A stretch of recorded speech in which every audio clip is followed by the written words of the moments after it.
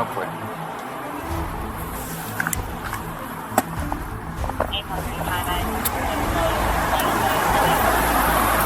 We run out. Dennis, do you mind? How do you kick these lights on? Oh. Yeah, you can show me. you want to move that first? It's unloaded. Okay. You're under arrest, my man. For? Well, you have multiple priors for impersonating a police officer. Okay. You have a pistol on you that you're not allowed to have. Why not? You were trying to stop him by turning your lights on and so on and so forth. I never attempted to stop him at all. You can't turn your lights on behind him with everything that you have going on in the car. I never had the front lights on. You're not an emergency vehicle whatsoever. Okay. You have been down this road before. Okay. All right. All this happened obviously in Franklin, correct? No, Miamisburg, on the highway coming this way. Yep. Okay. All right. So, where did it all start? I pulled out of I work at Aaron's and I ran up there to pick something up. Okay. So I went out to get on the highway and he about rear-ended. He was looking at me in the mirror and I went like that, like, hey, back up, dude, you're too close. Right. And then he tried to hit us 2 or 3 different times on the highway. He kicked all of his lights on, swerved over to get behind us again, and then followed us all the way here. So these lights, like what Yes. are on right now? Yep. He had every damn one of them. Did you see any No, I blue did not lights? see any blue. Any What was red? it, orange? It was like red and green or like a yellowish color. You want to take a look and see if this is what you saw? Yeah, he had them on right there.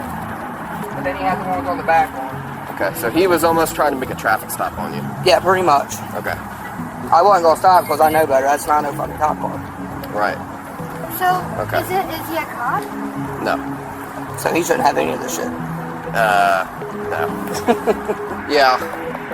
If you want to contact Miamisburg, this all originated in Miamisburg. Yeah. They were trying to, this gentleman was trying to run him off the roadway. If you want to go ahead and have Miamisburg officer come down here. I carry any concealed weapon unlawful. Are these just pens and markers? You mind if I get all this stuff out? Is that Sure. okay? Okay. Here, we'll take you over here and I'll put it all By the way, in the casino, Yep. 2 knives, back to pocket. Yep. Okay. You're good. Right here. Go ahead and book me in.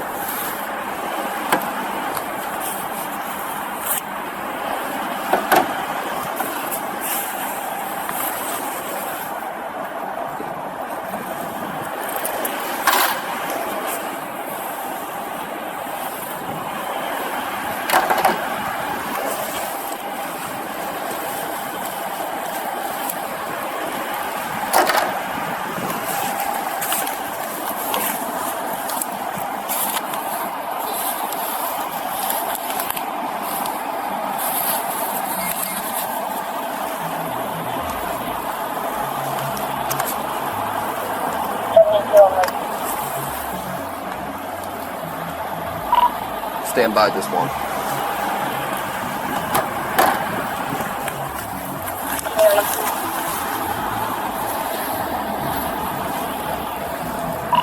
Stand by one.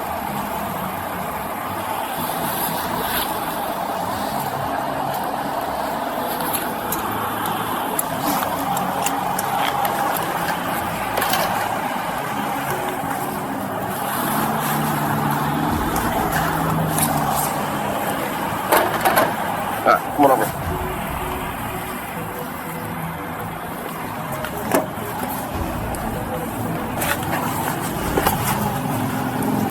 What you need?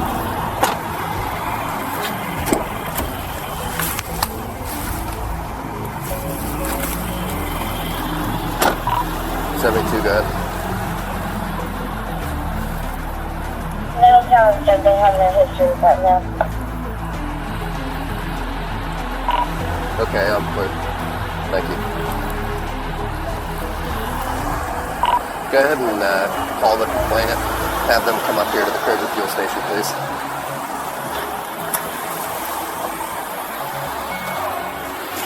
How's it going, man? What's up, buddy? Alright. So,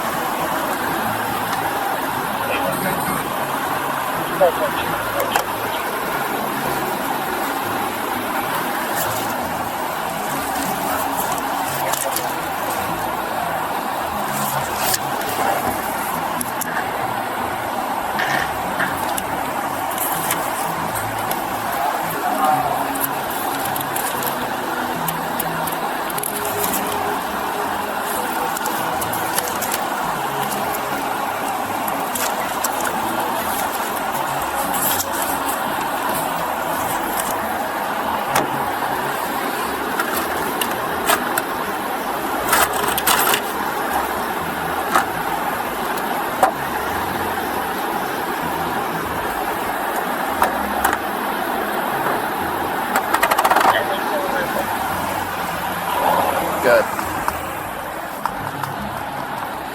I read Don't care.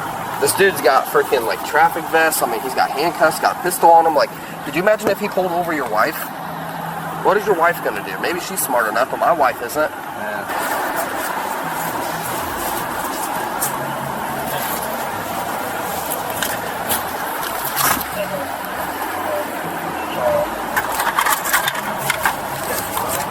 He's got red and blue lights right here.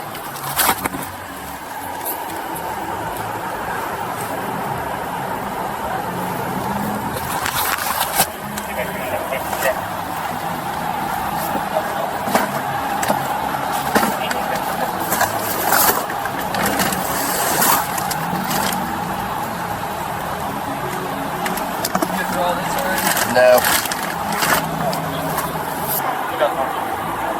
All kinds of security in that.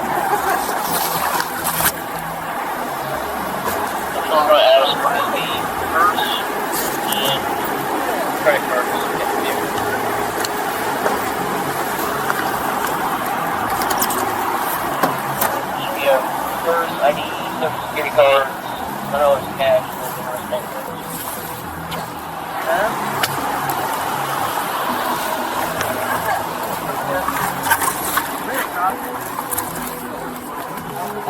No, not this much. This is like what you read about on Netflix series. Yeah.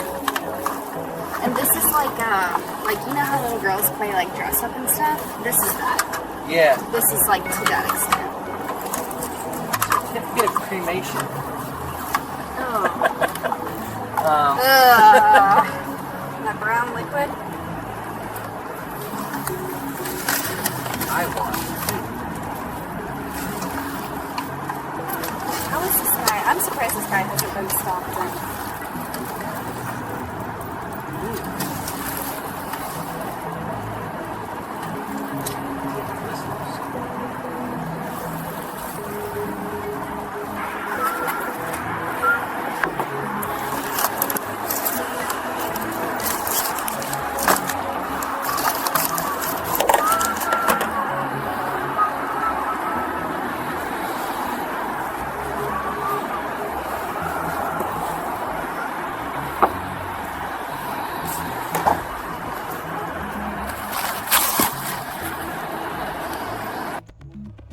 He looks like a cop.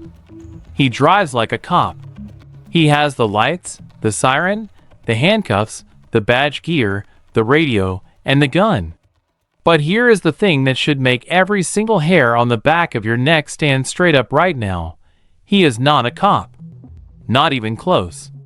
And this is not the first time he has done this. What you are about to watch is bodycam footage of one of the most brazen, most calculated, most deeply unsettling law enforcement impersonation cases ever caught on camera in the state of Ohio. And this no-nonsense officer? He does not miss a single thing. Stay with me, because this one goes places you are absolutely not expecting. And if you are new here, welcome. You found the right channel. Hit that subscribe button right now, because we break down real bodycam footage like this every single week. And you do not want to miss what is coming up after this video. Seriously, hit subscribe. You will thank yourself later. Now, let us get into this. I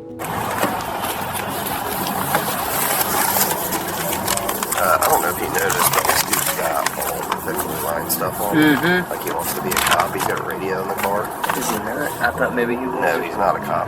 He's from California. And he's got a pistol on him. I kind of want to check the car to see what kind of stuff he has as far as... Do we know the history of what's going on? It starts the way these things often start. Calmly. Almost too calmly. The officer pulls up to a vehicle on the side of the road. Nothing dramatic. Just a stop. A conversation. But here is the thing. The officer already knows something is wrong before he even walks up to the window. He has already clocked it. The gear. The setup. The whole look of this vehicle. And the man inside? He is playing it cool. He is cooperative.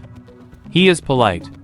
He even mentions his dashcam almost immediately, like he is trying to flip the dynamic, trying to make the officer feel like the one being recorded, like the one who needs to watch his step. That right there? That is a tell. Remember that move, because we are going to come back to it. The officer asks the basic opening question, "Do you have any weapons in the vehicle?" And the man answers right away, "Yes." He has a concealed weapon on his right side. He volunteers that information quickly, confidently, like he has rehearsed this moment. Now here is where your brain needs to start paying attention to the layers. Because on the surface, this looks like a cooperative guy who knows the law, who respects law enforcement, who is doing everything by the book. Concealed carry, proper disclosure, calm demeanor. Nothing wild. But look closer. Look at what is sitting around him. The officer asks him to step out and allows the weapon to be removed for safety. Standard procedure. The man complies without hesitation. He even says, "Go ahead, right hand side." Like he has done this before. Like this is not new territory for him. And it is not. But we will get there. What would you do if you pulled up next to a car that looked exactly like an unmarked police cruiser and then found out the driver had absolutely no law enforcement credentials whatsoever? Drop your answer in the comments right now. I genuinely want to know. Now here is where the officer pulls aside a colleague and starts laying out what he is actually looking at. And this is where the footage goes from interesting to genuinely alarming. He says it quietly, almost casual. But listen to the words. The man is dressed head to toe in law enforcement style gear. He has a radio inside the vehicle. He has lights on the car. He has a siren. He has a spotlight. He has handcuffs. He has a pistol. And he is from California. Not a local. Not someone these officers know or have ever interacted with before. Think about what that combination means for a second. Really sit with it. A stranger. From out of state. Fully equipped to look, sound, and act like a law enforcement officer. Driving through the highways of Ohio. And he has allegedly just been involved in a road rage incident where he was activating those lights. Something feels deeply wrong here. And the officer? He feels it too. You can hear it in the way he is speaking to his partner. Measured, careful, but absolutely switched on. He says it simply, it is very, very shady. And he is right. So now the officer starts putting together the timeline. And the more pieces he assembles, the more the whole thing starts to unravel. According to what has been reported, this man was originally involved in an incident that started way up north. We are talking miles and miles of highway. The other vehicle, a minivan, claims this man was behaving aggressively, tailgating, swerving, and at some point activating the lights on his SUV. Lights that, if you are just another driver on the highway, look like police lights. Now imagine you are driving with your family, kids in the back seat, and suddenly there is a large vehicle behind you with what appears to be emergency lights flashing. You are going to react. You are going to feel that instinctive panic. Is this a cop? Should I pull over? What is happening? That feeling, that moment of fear and confusion, is exactly what a fake cop relies on. It is the whole point. It is the power of the illusion. And when the officer confronts the man directly and asks about the minivan, the man initially plays dumb, completely blank, like he has no idea what the officer is even referring to. Then slowly, almost reluctantly, it starts to come out. Oh, you mean that car? Yes. Okay. I was following them from up north. That delayed response. That slow reveal. That is not someone who forgot. That is someone deciding in real time how much to admit. The officer catches it immediately. He notices the delay. He files it away. And he keeps going. Pay attention to this next part, because this is where the story the man is telling completely collapses. He says he was heading to Walmart. The officer asks, "Did you go inside Walmart?" And the answer is no. He never went in. He just ended up out here, miles away from where he said he was going, parked near a gas station, in a truck loaded with police equipment after an alleged road rage incident that he first said he knew nothing about. The story does not work. None of it works. And the officer says exactly that. It does not make any sense whatsoever. The man gives consent for the vehicle to be searched. And honestly, that alone is a strange move. If you know what is inside your car, and this man absolutely knows, why give consent so easily? Either he is supremely confident that everything has a legal explanation, or he has been through this enough times that he knows resistance only makes things worse. We are going to find out which one pretty quickly. The officer starts asking about the lights, and the man launches into his explanation. He says he used to work security in California. He says the vehicle was once used as a utility vehicle for his security company. He says the lights have been on it ever since, and he just never took them off. Red and amber, he says, not red and blue. As if the color distinction is what makes the whole thing okay. And here is something I need you to think about. For 6 years, he says 6 years, he has been living in Ohio with this vehicle. 6 years of driving around with a light bar, a siren, handcuffs, a spotlight, security gear, and now a pistol. And he says he has never had an issue. That statement is going to become very important later in this video. Very important. So hold on to it. The officer asks him to demonstrate the lights, to show how they work. And this is where things get genuinely uncomfortable to watch. Because when those lights kick on, even knowing this man is not a cop, your brain still does the thing. It still registers, emergency vehicle. It still sends that instinctive signal. Now imagine you did not know. Imagine it was dark. Imagine it was a deserted stretch of highway and this vehicle pulled up behind you with those lights going. This is what makes this case so serious. This is not a costume. This is not a Halloween prop. This is a fully functional, deliberately constructed law enforcement impersonation setup. And it has been on the road for years. If you think this is one of the most disturbing bodycam breakdowns you have ever watched, tap that like button right now. It genuinely helps this video reach more people who need to see this. And if you are not subscribed yet, come on. You are already this deep in. Hit the button. You belong here. And now the officer does something that not every cop would do in this situation. He gets direct. He gets honest. He does not dance around it. He tells the man exactly what he is thinking and exactly why this situation looks the way it looks. He says, "I am going to be fully transparent with you." And then he lays it out piece by piece. The delayed response about the minivan. The story that keeps changing shape. The lights. The siren. The handcuffs. The spotlight. The pistol. The thin blue line decor all over the vehicle. He addresses every single element, one by one, calmly, clearly, without aggression. Just facts. And to the man's credit, he listens. He does not immediately explode or start ranting about rights or start recording and narrating to some imaginary audience. He listens. He responds. He tries to have the conversation. He says he loves law enforcement. He says the thin blue line stuff is a sign of respect.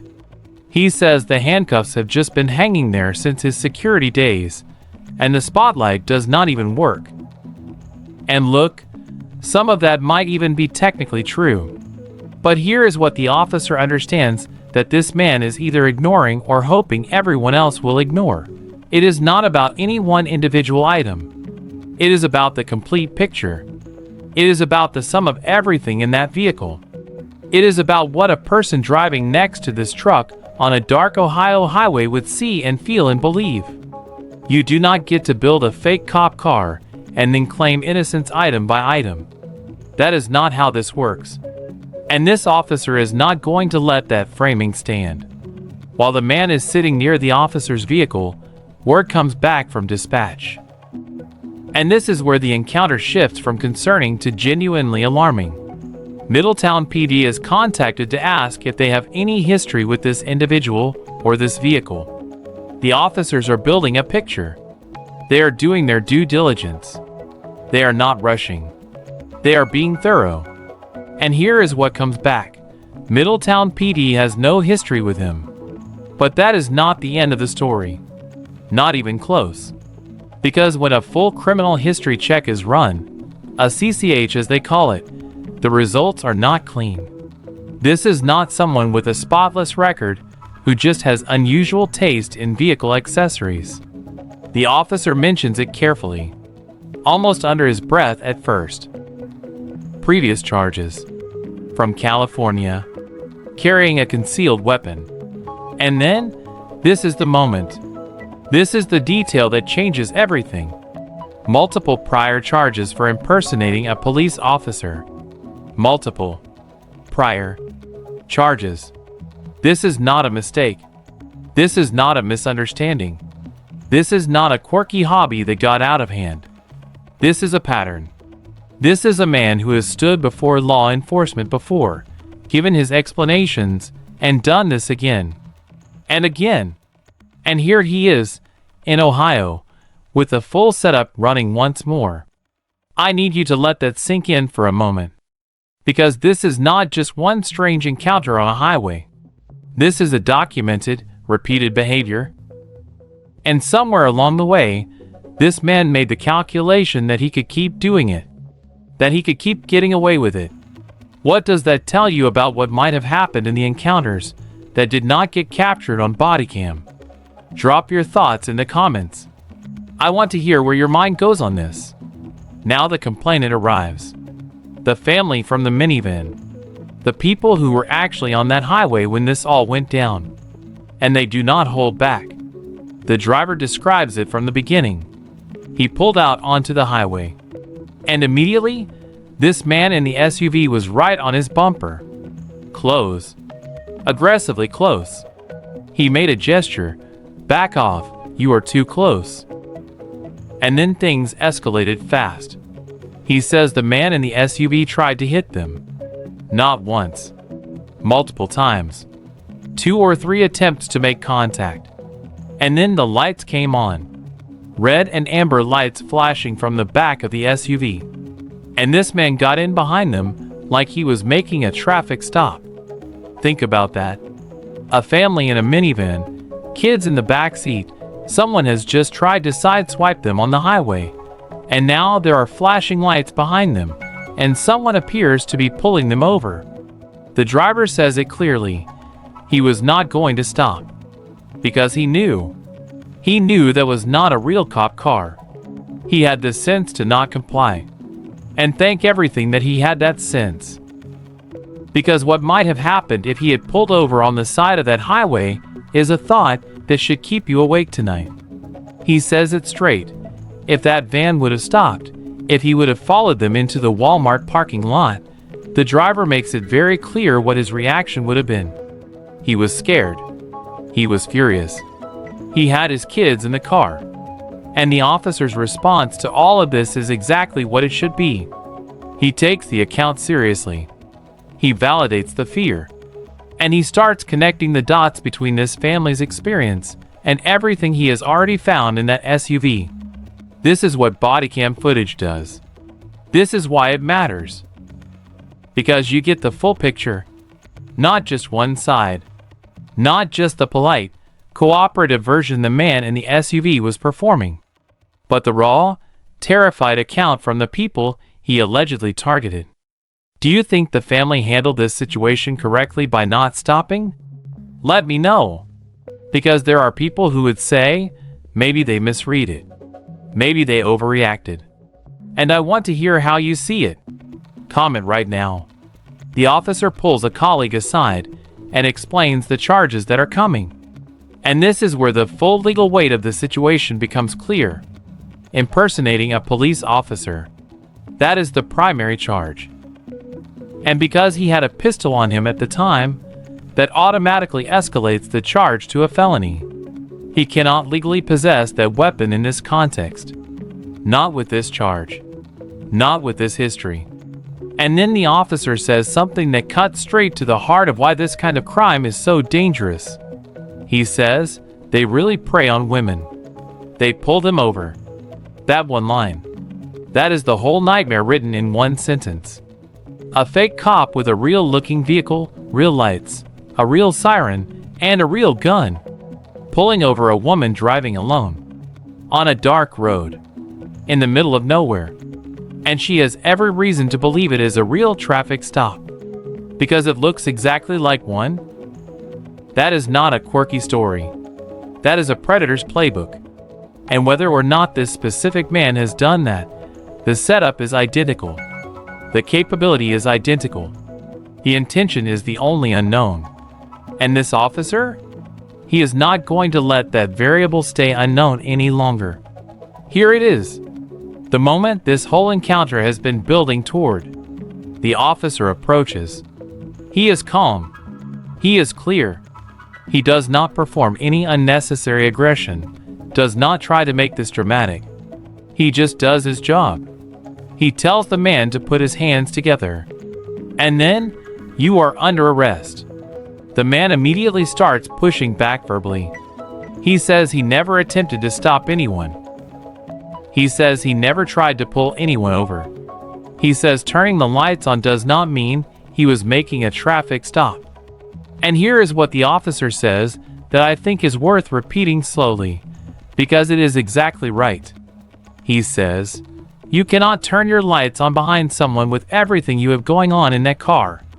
You are not an emergency vehicle. You have been down this road before. You have been down this road before. The officer knows about the priors. He knows this is not a first offense. He knows this man has stood in this exact moment before, given the same explanations, and walked away with the intention of doing it again.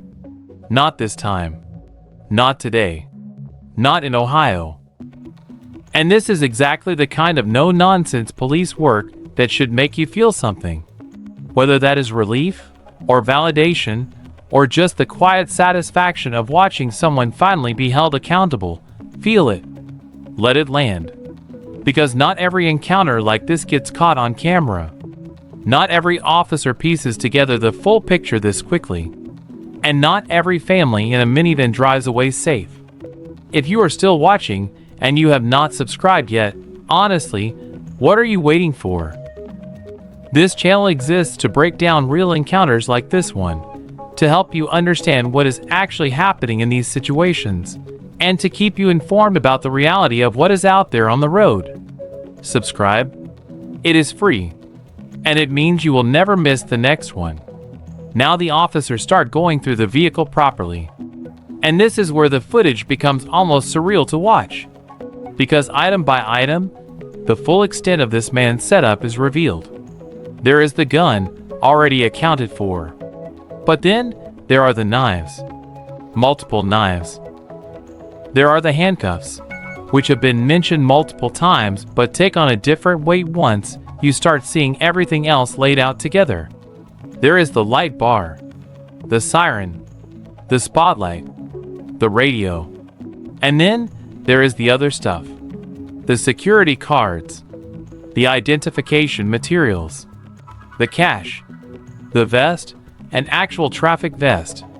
At some point, one of the officers holds up something and says, "This is what you read about on Netflix." And that comparison is not accidental, because what they are looking at is the physical inventory of someone who has built an identity. Not just borrowed a look, built a whole constructed presence. One officer puts it in a way that is both funny and deeply unsettling. He compares it to how little girls play dress up. Except this is an adult man, with a gun, on the highway. And then someone finds it. The detail that stops the conversation cold. A certificate of cremation. Among all this gear, all these tools, this manufactured law enforcement identity, a certificate of cremation. Nobody on camera explains it. Nobody connects it to anything. It just sits there, unaddressed. An open question dropped into the middle of an already deeply strange scene. I am going to tell you, that detail alone sent a chill through me the first time I watched this footage. Because what does that mean? Who does that belong to? Why is it there? Why is it in this vehicle with all of this gear? The officers do not answer it, and neither can I with certainty. But I want you to think about it, because this footage does not tie everything up in a neat bow. It leaves threads hanging, and some of those threads are darker than the main story. Let us zoom out for a moment, because this is not just a story about one strange man in Ohio. This is a story about a vulnerability that exists everywhere, on every highway, in every state, at every hour. Police impersonation is one of those crimes that most people think they would immediately see through. They think, I would know. I would recognize a real cop from a fake one. I would not be fooled. But would you? Really? In the dark, moving at highway speed, heart rate spiking because a vehicle just tried to run you off the road, red and amber lights flashing from behind, a siren chirping, a spotlight illuminating your rearview mirror. Would you know? Would you be sure enough not to pull over? Most people would not be. And that is what makes people like this so dangerous. Not their aggression, not their weapon, but their ability to exploit the instinctive obedience that most of us have been conditioned to feel when we see what looks like law enforcement. The family in the minivan made the right call. But they were lucky to have the presence of mind to make it. And this officer made the right call too. He did not just wave this off as an eccentric guy with a funny-looking truck. He followed the thread. He made the contact. He checked the history. He got the whole picture. And he made the arrest. That is what this should look like. Every time. No shortcuts. No assumptions. Full process. There is something I want to talk about that does not get enough attention in breakdowns like this. Not the legal stuff. Not the gear list. But the psychology. What kind of person does this? And why do they keep doing it? Because that is the haunting part of this story. This is not someone who made one bad decision. This is someone who got caught for this before, who presumably faced legal consequences, who then, deliberately, reconstructed the same setup, drove across state lines with it, and continued the behavior. That is not impulsive. That is not accidental. That is compulsive. That is a man who has built his identity around the power and authority that comes with being perceived as law enforcement. And when that is taken away, when the charges come and the system processes him through, he builds it back. He does it again. There is a word for that kind of escalating, compulsive pattern behavior when it involves authority and control. And it is a word that should make you very uncomfortable when you think about what could have happened on that highway if the family had pulled over. I am not going to pretend I know everything about this man's psychology. I am not a clinician. But I have watched enough of these encounters, broken down enough of this footage, to know that the ones who do it repeatedly are the ones who genuinely believe in some deep, foundational way that the power they are mimicking should be theirs. That they deserve it. That they are owed it. And that belief makes them dangerous in a way that simple criminals often are not. Because they are not just after something material. They are after the feeling, the authority, the control. I want to spend some time here, because in a landscape where bodycam footage often documents what goes wrong, this encounter shows what going right actually looks like. And it deserves recognition. This officer did not overreact. From the moment he walked up to that window, he was calm. He was measured. He was professional. He allowed the man to speak. He listened. He did not jump to conclusions out loud. He built the case methodically and patiently. When he was transparent with the man about his concerns, he did not lecture. He explained. There is a difference. A lecture says, here is why you are wrong. An explanation says, here is what I am seeing and why I am concerned. The officer explained, and that explanation opened a conversation rather than slamming a door. He also involved the right people. He called Middletown PD. He ran the full history check. He waited for the other party to arrive and took their statement seriously. He documented everything. Photographs, accounts, the whole record. And then, when the history check came back and the picture became undeniable, he moved. No hesitation. No extended debate. Clear charge. Clear arrest. Clean. That is police work. Real police work. The kind that does not always look dramatic on camera because it is grounded and thorough rather than reactive and loud. This officer represents something important. And I think it is worth saying so directly, because these are the encounters we should be studying. These are the standard we should be pointing to when we talk about what law enforcement can and should look like. Do you agree? Or do you see something in this footage that I might have missed or misread? Tell me in the comments. I read every single one, and I respond when I can. Here is a detail that deserves more attention than it has gotten so far. The gun. Ohio is a concealed carry state. The man knows this. He mentions it himself, almost like a shield. And in isolation, a legally licensed concealed weapon is not a crime here. The officer acknowledged that early in the encounter. But here is where it gets complicated, and where the questions start stacking up. His previous California charge was for carrying a concealed weapon. Whether that resulted in a felony conviction or not determines whether he is even legally allowed to own and carry a firearm right now. That is the question one of the officers is trying to nail down when they are running the history check. Was there a felony conviction? Was there a misdemeanor? Does he have legal carry rights or not? That ambiguity does not get fully resolved on camera. And that ambiguity is exactly the kind of thing that keeps this case alive past the moment of arrest. Because the charges that stick, the ones that carry real weight, those depend on whether this man should have had a weapon at all. And if he should not have, then everything changes. The gun he disclosed so openly and cooperatively at the start of this stop, that becomes one of the most damning pieces of evidence against him. Think about that strategy for a moment. If you are trying to appear cooperative and law-abiding, you immediately disclose the weapon. You frame it as a responsible legal act. You make it look like you have nothing to hide.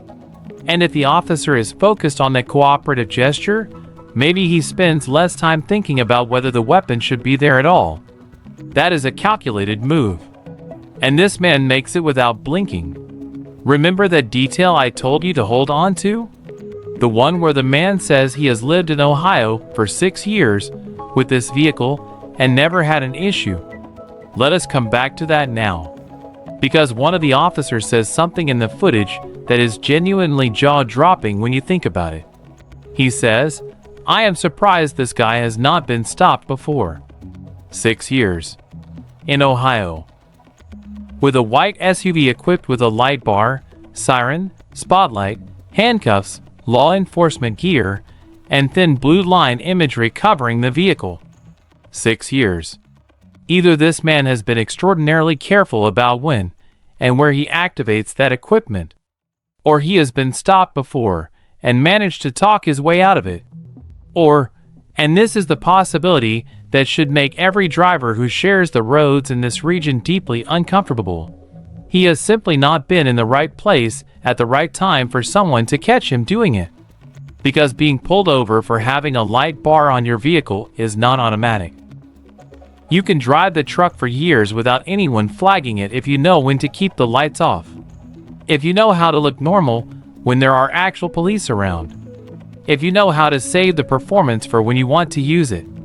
That is not someone who forgot to remove old equipment. That is someone who knows exactly what the equipment does and makes deliberate choices about when to use it. 6 years. And finally, today, in Ohio, this officer caught him mid-performance. There is a moment in the footage that gets a little lost in the larger story. The minivan driver says it almost as an aside. He has kids in the car. And that detail hits differently when you replay the whole encounter with that in mind. A family, on a highway, kids in the back, and an unknown man in a large SUV is tailgating them, allegedly trying to make contact, then turning on lights and appearing to attempt a traffic stop. If you have children, you know that fear. The primal, instant fear of a threat in a confined space with your kids present. The absolute desperate need to protect them, and not knowing in that moment whether pulling over means safety or something much worse. The driver made the call to not stop, to keep moving, to get somewhere public, somewhere with witnesses. And that call was the right one. But he should not have had to make it. His family should not have been put in that position. And that is the human cost of this kind of crime. It is not just a legal technicality. It is real fear, real trauma, real children who watched their parent navigate a terrifying situation on a highway because a stranger decided to play pretend police officer for whatever reason drove him to it. The officer acknowledges this when he speaks to the family. He says, "I am glad you are okay." And you can hear that he means it. It is not a script. It is a genuine recognition of what could have gone differently. And so am I. I am glad that family made it to that gas station. I am glad that officer was there. I am glad this footage exists. Because not every story like this ends with everyone going home safe. I want to come back to it. Because I cannot just let it go. The certificate of cremation. In a vehicle full of law enforcement equipment, knives, cash, identification cards, vests, handcuffs, and a pistol, there is a certificate of cremation. Nobody on camera addresses it directly. It gets mentioned almost in passing. One officer notes it, and then the conversation moves on. And that might be completely innocent. It might be a document this man is carrying for a completely mundane reason.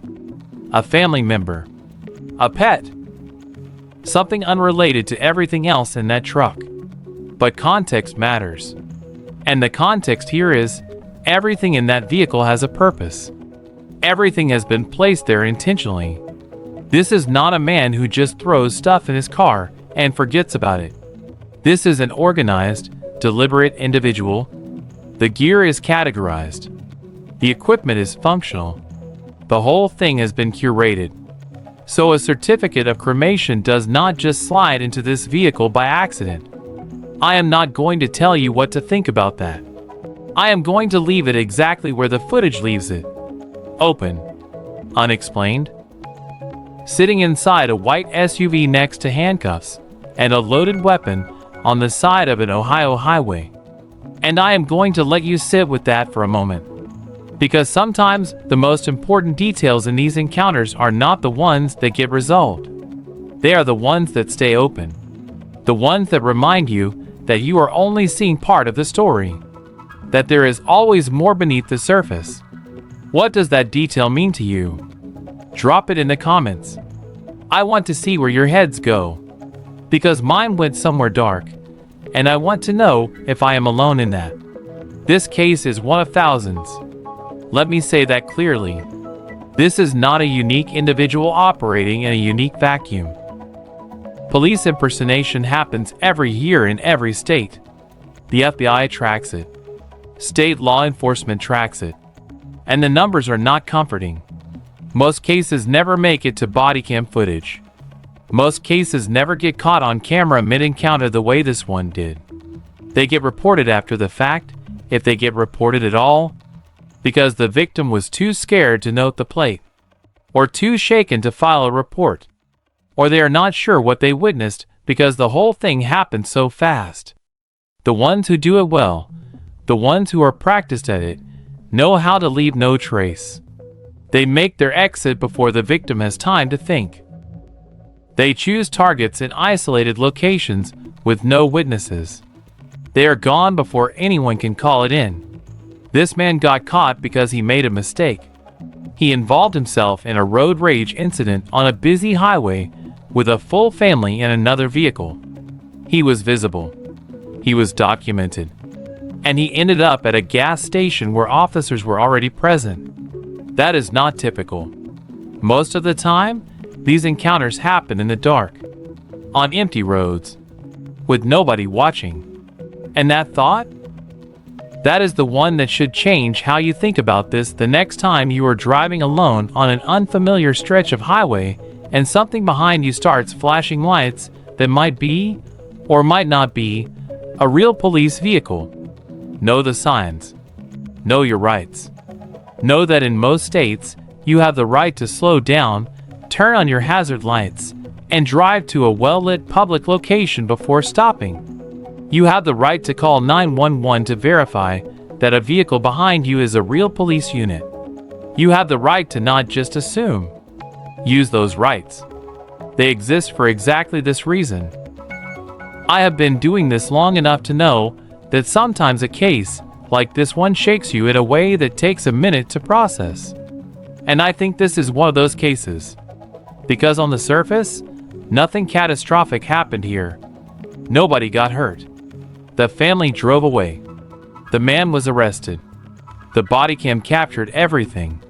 Justice, such as it is, appears to be moving in the right direction. But beneath the surface, there is a lot here. The priors, the 6 years, the children, the certificate, the calculated cooperation, the 6-year gap between apparently getting away with it and finally being caught mid-act. That gap is where the real story lives. We do not know what happened in those 6 years. We do not know how many times those lights came on behind someone on a dark road. We do not know how many people felt that fear and just drove away and never reported it because they were not sure enough to call it in. We do not know. And that not knowing is the part that keeps me up at night. What I do know is this. This officer mattered today. His attention, his instincts, his patience and his thoroughness. They mattered. And if this video reaches more people, maybe the next person who sees a vehicle that feels wrong on a dark road will trust that feeling, will know their rights, will call it in, will not pull over on an empty shoulder for something that does not feel right. That is the point of this channel. That is why this content matters. Not just to watch, but to know, to be informed, to be ready. Here is where we land. And it is not a clean landing. This man gets arrested. He gets processed. He faces charges. Multiple priors. Potentially an illegal weapon. Impersonation in the presence of a firearm. A felony. The legal machinery kicks in. And the system moves forward. But the system has moved forward before. It moved forward in California when he was first charged. It moved forward every time he ended up in front of a court on related charges. And somewhere in those processes, somewhere in the progression of charges and outcomes, this man made a decision. The decision to come to Ohio, to rebuild the setup, to get back on the road. Because the arrest is not the end of his story. The arrest today might not even be the end of this particular chapter. Legal outcomes vary. Charges get pleaded. Deals get made. Sentences get served or reduced or appealed. And the question, the one I want to leave you with, is this. What comes after this? What happens when the process runs its course again? What happens to the next person who encounters someone like this on a dark highway in a state where nobody knows his history? The system can only do what the system does. The rest is up to moments exactly like this one. Officers who notice. Families who trust their instincts. Dash cams that capture what the eye might miss. And communities of people who stay informed, who share this information, who know what to look for. That is where you come in. That is where this community matters. If you made it all the way to the end of this breakdown, and I mean genuinely, this thing went deep, I need you to do 3 things right now. First, drop a comment. Tell me the moment that hit you hardest. Tell me what that certificate of cremation means to you.